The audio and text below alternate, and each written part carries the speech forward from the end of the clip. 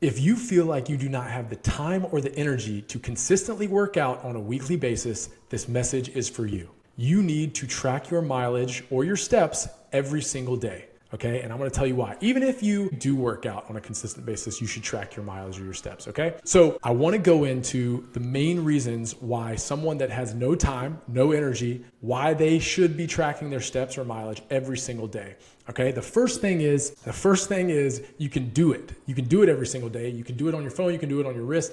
We have the technology these days that allow you to track your steps every single day. And you don't have to use a pedometer, you don't have to use anything. Your phones can do it. Also, the watches that they have nowadays are pretty darn cheap on Amazon, on different platforms, Fitbits, iWatches, all these things. You have the capability. Okay? So you can do it every single day, and the second one is objective. You can measure exactly, pretty objectively, how many steps, how much movement you're doing throughout the day. So the first one is you can do it every single day. The second one is it's objective. So it's an objective measurement that you can always look to see if you hit a certain goal. And then the third one is it's motivating. Okay. If we put a goal out there in front of us, let's say every day I put a goal for myself to hit 10 steps a day. When I'm doing a mileage challenge, I really want to hit that mileage, that step goal. The average person only walks around 3,500 to 4,000 steps a day. The research shows that if we walk around 7,000 to 10,000 steps a day, that is really, really good for our health. That means you are getting enough movement in throughout the day. So basically, we need to double the amount of movement on an average basis, how much movement we're doing throughout the day for the average adult. Right now, the average adult walks or moves around 3,500 to 4,000 steps a day. We need to up that between 7,000 and 10,000 steps, okay? And so the reason why it's motivating is when you have a goal out there and it's 8 o'clock at night and you have, let's say you're trying to get 7,000 steps and you're at 6,000, you know that it's going to take you about 10 or 15 minutes to go walk 1,000 steps. So then there is something inside of you that goes, I want to go hit my goal. I can go take 5 to 10 minutes and I can go hit my goal. And it does it to me every time.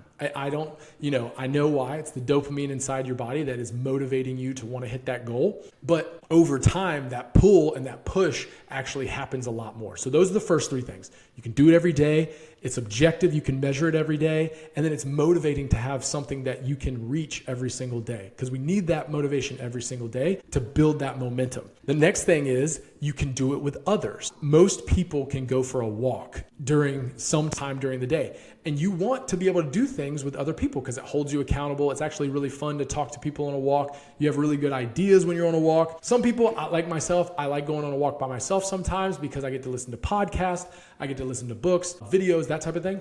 But it is nice going for a walk sometimes with a group of people or with somebody that you really care about because you're doing something fitness related together. So you can do it with others. So then the last thing is, honestly, it's pretty hard to make excuses of why you can't go for a walk. Now, I know that people have to watch kids. I know people aren't able to walk because of ailments. I know people have obligations. They have work they have to do. They have people they have to watch. Even elderly people, they can't just leave people. So I understand that. Walk around your house. Do that. But at the end of the day, it's hard to make excuses to go for a walk. And what I'll say is you have around usually 16 hours to get a certain amount of steps in throughout the day. And it's something that is not always going to be easy, but it's easier to go for a walk than it is to go for a workout a lot of times. Now, I'm not saying you shouldn't work out. If you're working out, that's awesome. Be consistently working out. But for most people in our day and age, they find a lot of excuses to not go work out, or it's tough to find time to go work out because you feel like you have other obligations that take priority. So those are the top 5 things of why someone should track their steps. If they feel like they don't have time, they don't have the energy, track your steps during the day. Okay, and get some type of watch so that it's tracking you throughout the day so you're not missing any of your steps. And then how you can do this, the FlyFit app actually tracks steps and can track almost any wearable that connects to Apple Health or Google Health Connect. And so one feature that really is helpful for me with our FlyFit app is the streak feature. Whenever I have a streak going of workouts and walking, it makes me motivated to hit my streak goal. Okay, I always tell myself I either need to get a workout in the day or I need to hit my step goal or mileage goal. And that keeps my streak feature going. A buddy of mine has a streak of 76 days in a row where he's either worked out or hit a streak feature, and he's lost over 30 pounds at this point. It's pretty incredible when you set these mini goals for yourself each and every day, how they compile on each other.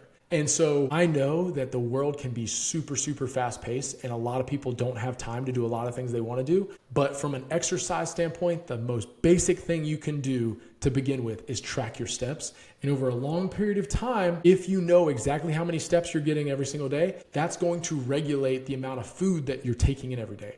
I remember hearing Peter Attia say the best regulator for food intake is exercise, okay? Because you start to realize that this is the amount of calories that my body is burning. And so my body starts to realize I try not to overeat a lot of times. Or I know I'm going to go for a walk later. I don't want to eat so much that I feel sick. The best times to go for a walk, morning, midday, and evening, afternoon. Okay. So I'll leave it at that. It was a long rant on if you don't know what to do, start walking and track your steps. Even if you are working out sporadically, you need to consistently track your steps because that is the main objective, is the consistency. Because a lot of people will work out once, twice a week, or maybe not work out 1 week, and then they're like, man, I just can't find the time. Tracking your steps allows you to have that consistency and understand that I'm doing this no matter what. I'm going to hit this goal, this step goal, no matter what.